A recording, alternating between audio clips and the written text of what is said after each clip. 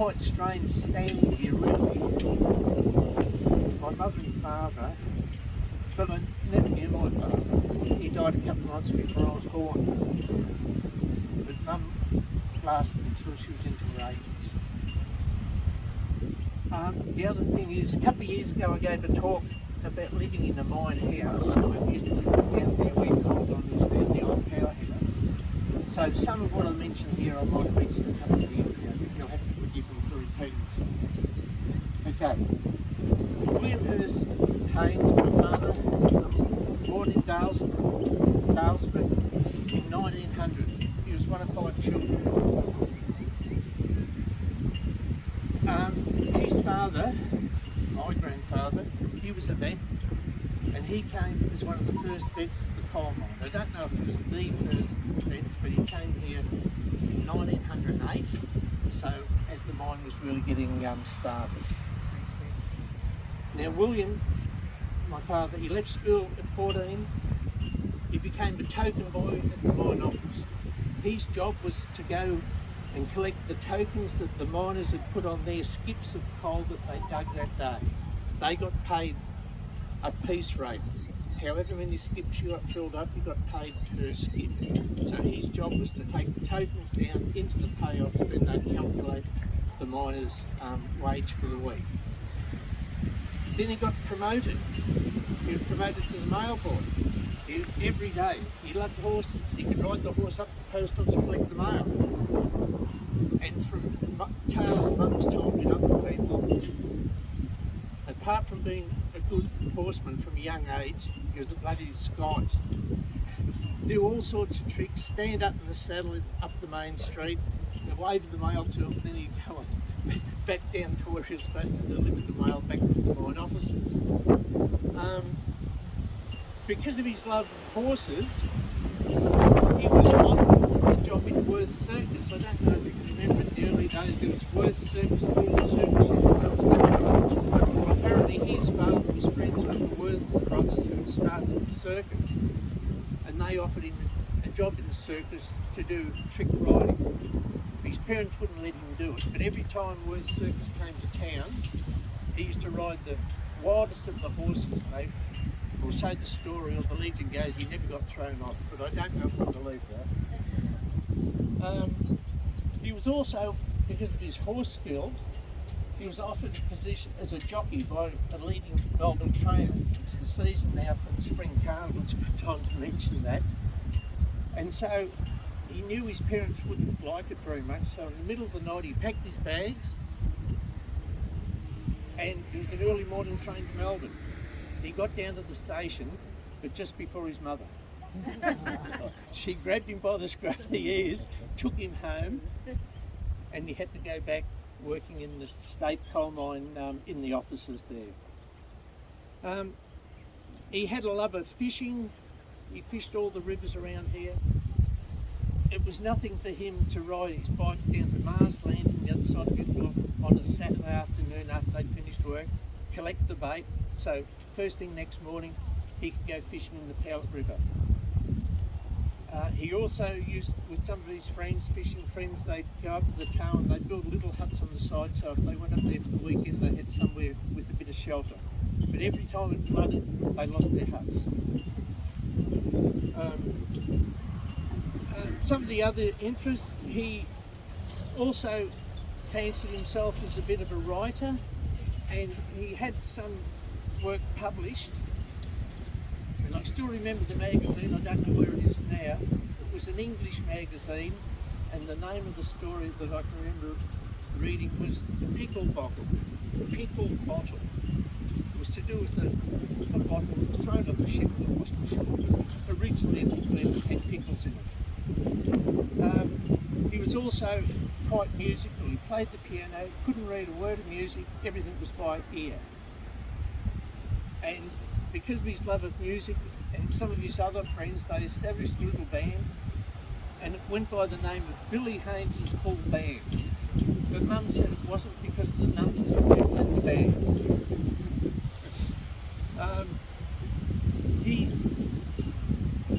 His aim or his ambition really, he wanted to become a vet, but because the family So what he did to increase his knowledge of horses, he used to collect from the paddocks where the pit ponies had died. He'd take home parts of the pony, the dead pony, used to put them in a big boiler, cook them up, and collect all the bones. And he built himself a complete skeleton of a dead pony. So if he was ever called to do anything, he knew where all the bones fitted in. But he built, and I can still remember that was in our garage down at the mine house for quite some years.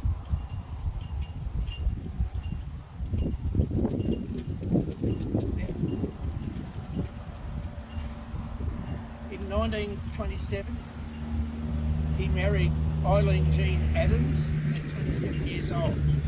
My father was 27, my mother was 20.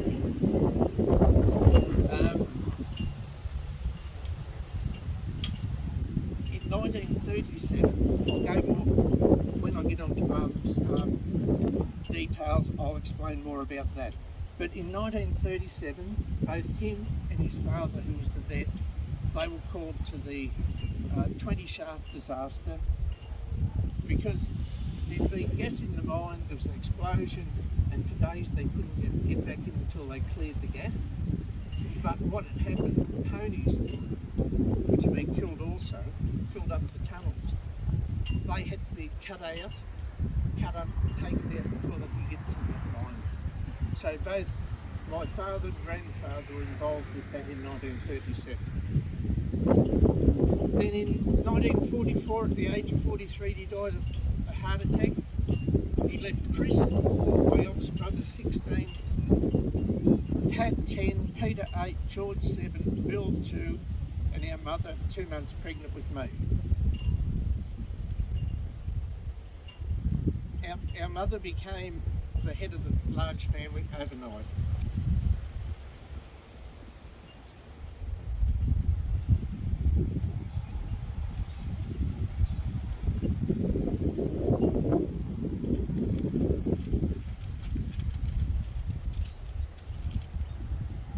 So my mother went by two names. Her real name was Eileen Jean Adams, and she was born in Melbourne in 1907 to William and Florence. The father was a cabinet maker. But she was given away when she was 5 years old to a grandmother in Wonthaggi. The family in Melbourne, they couldn't afford to keep her. So can you imagine this little 5-year-old coming by steam train to Wonthaggi with a little case? A bit emotional thing about it. And at that time, there were lots of fires. And apparently, she was petrified of that was coming into the train. All you could see was flames and smell smoke. And the fires continued for years, of course. But the first impression of Wonthaggi was the fires.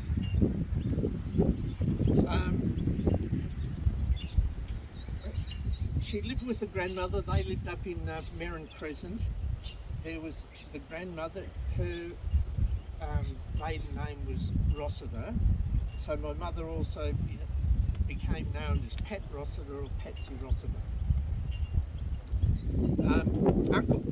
Her uncle George also lived with the grandmother, and he was a gardener for George Broome, who was mentioned before by Sam at the grave over there. He worked there as a gardener and a caretaker. One story she always told me was times were very hard. She was living in the Catholic family. I don't know if the original family, she came from Catholic and they went to the church. But they used to get bullied a bit by what they wore, especially the kids. And one particular day she said the soles in the shoes were worn out, so they used to put cardboard in. It was wet, of course, the cardboard came out, and she'd had enough. And so she never went back to church. And she always said, I'd rather be a bad Catholic than a good bloody Protestant.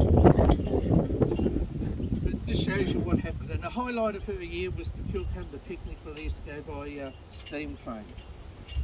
She had a love of dancing, they had a tremendous choice of halls which they could go to, the Town Hall, the Fire Brigade, Buffalo, Hicksborough, and the original Plaza. In 1927 she married father, William. They lived in Merrin Crescent in a house they owned, but Mum got talked into moving out of that to rent a cheap rent place, which was the mine house down by the offices. And everything, of course, changed dramatically after he died.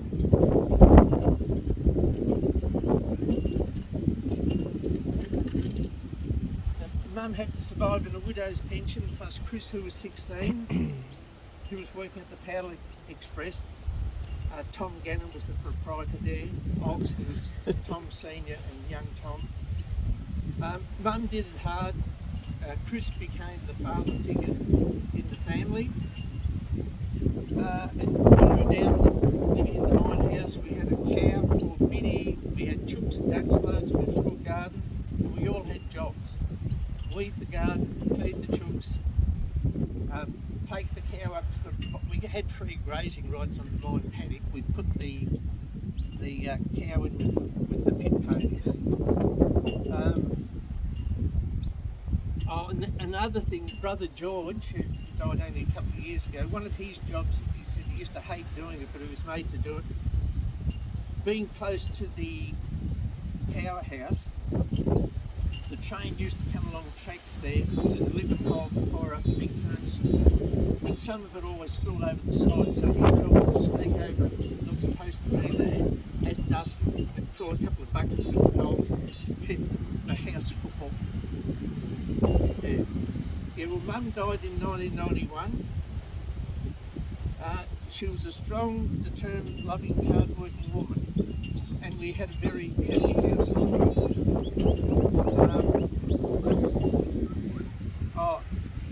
One thing about it, she did things in a very sort of casual way at times, but she had an ulterior motive with the way she sorted things out. When Peter and George were living in King Street at the time, and she didn't like the idea of them going to the pub, 6 o'clock closing. So every weeknight, tea was on the table at 5:15. They had to be home cooked, or they didn't get fed. She made an allowance for Friday night and Saturday. It was a bit more casual. During the early part of the week, or the late part of the week, they had to be home, not go to the hotel.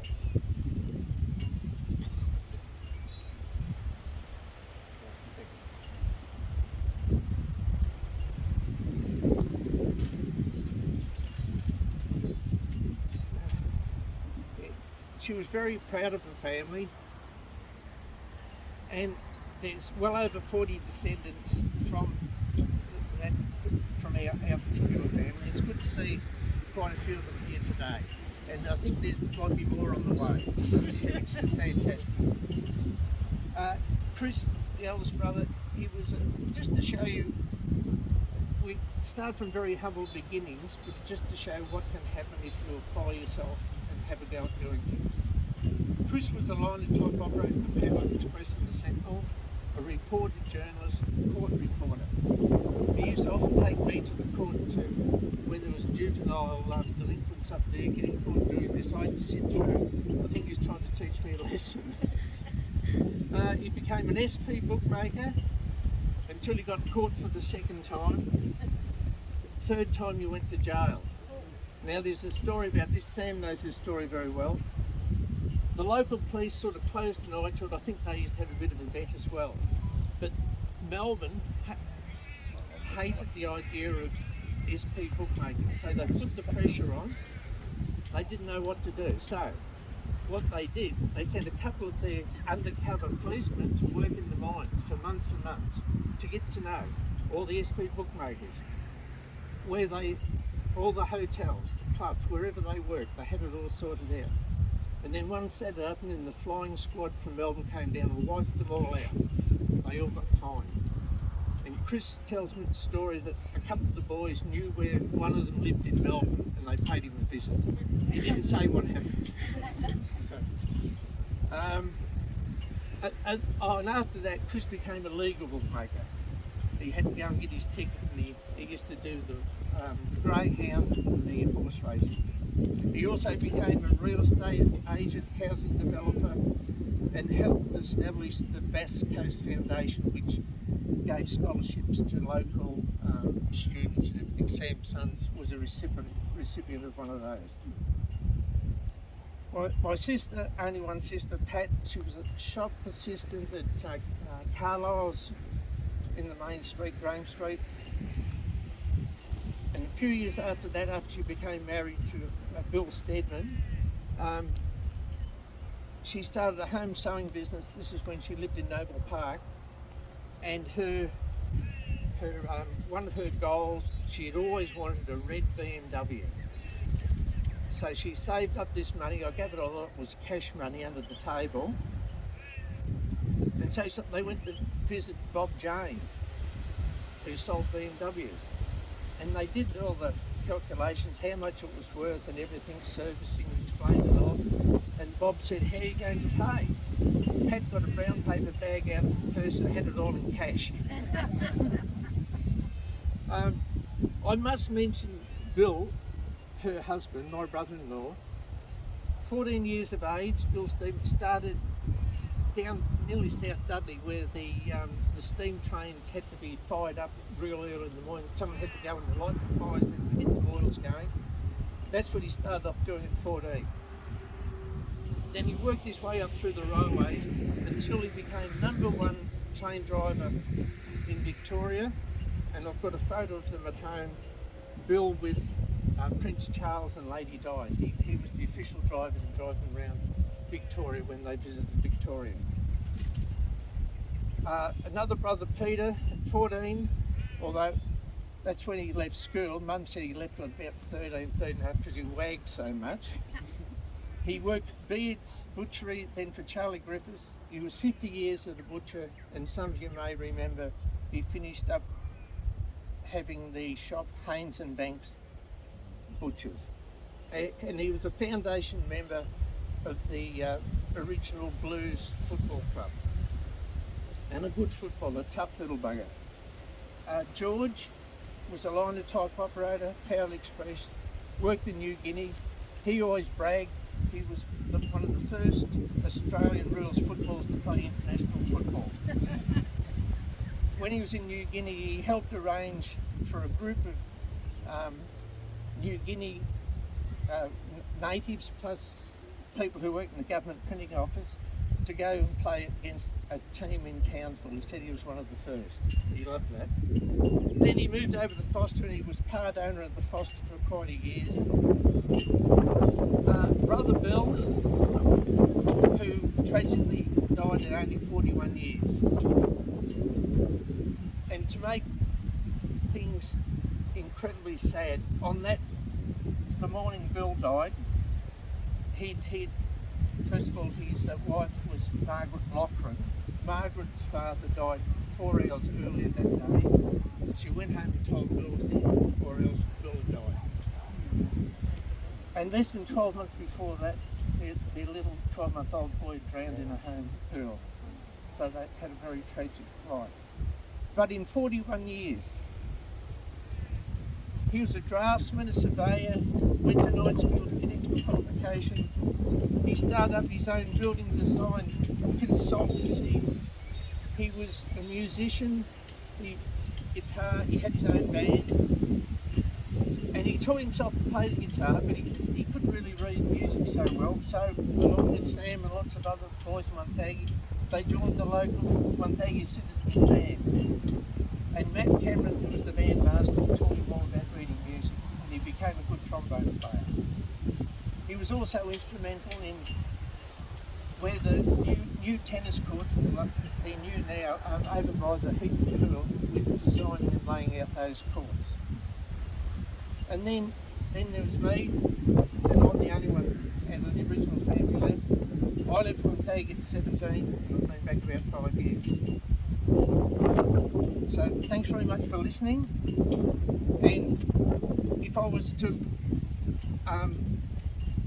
sing, which I won't, but a song that goes through my mind because he's one of my favourite artists, I'd be singing Paul Kelly and Kevin Carpenter's From Little Things Big Things Grow. Thank you.